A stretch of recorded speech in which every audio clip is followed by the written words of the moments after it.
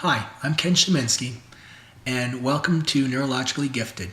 This segment supplements my blog entitled Coprolalia Part 1, The Nature of Coprolalia. The term coprolalia is used to describe involuntary vocalizations that are obscene or socially inappropriate. It includes swearing predominantly, but also includes other things that can be said that are culturally taboo or situationally inappropriate. For example, if someone who has coprolalia encounters someone who's overweight, they would be driven to say fat or fatso. Other people in church might be driven to have vocalizations around religion or religious icons. Not only is coprolalia distressing to the people around the Tourette, it's also very upsetting for the person who has Tourette's as well. Coprolalia also involves the autoinhibitory dysfunctions of the brain, which are characteristic traits of people who have Tourette syndrome. An experience that might help you understand what the autoinhibitory processes are all about and the coprolalia. I know that many people have shared with me when you're carrying, your hands are full, you're carrying boxes or a big birthday cake, and at that, and for a fleeting second, your brain thinks, oh geez, I'd better not get an itchy nose because my hands are full and I wouldn't be able to scratch my nose, and it would drive me crazy.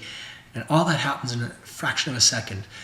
Well, when that happens, it focuses your brain on your nose, and suddenly, before you know it, you do get an itchy nose.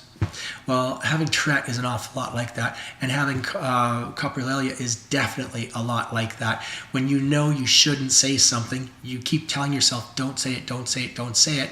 And when you couple that along with the impulsivity that people who have Tourette syndrome also have to deal with, don't say it, don't say it, don't say it, and before you know it, it's been said. Oops. The more that they know they can't do it, the more they focus.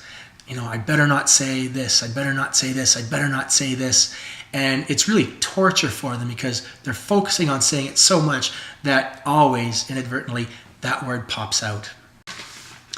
One way that a lot of people with coprolalia try to get around the swearing is they try to weave it into their vocabulary in the hopes that they'll almost normalize it. So they try to hide the language in words that they normally say. And there's an example on my website with the segment that goes along with this video segment. And yes, the intensity and frequency of coprolalia does change. It changes with stress, as do the Tourette symptoms, the tics that the person also has to endure. When there's more stress in their life, they have more tics, they have more swearing, they'll have all of those things will be more profound. But however, you have to realize that good stress or bad stress, it's the same thing. Stress is stress. So even something good like upcoming Christmas holidays or a birthday party coming up next week, or anything that's really good that excites the child, that will also exacerbate their tics and their coprolalia, making them worse. So that concludes this segment, the supplement for Coprolalia Part 1, The Nature of Coprolalia. Stay tuned for Coprolalia Part 2, which is Coping with Coprolalia, and where we'll be sharing strategies and understanding and acceptance and management of coprolalia. Thanks for joining me on neurologicallygifted.com.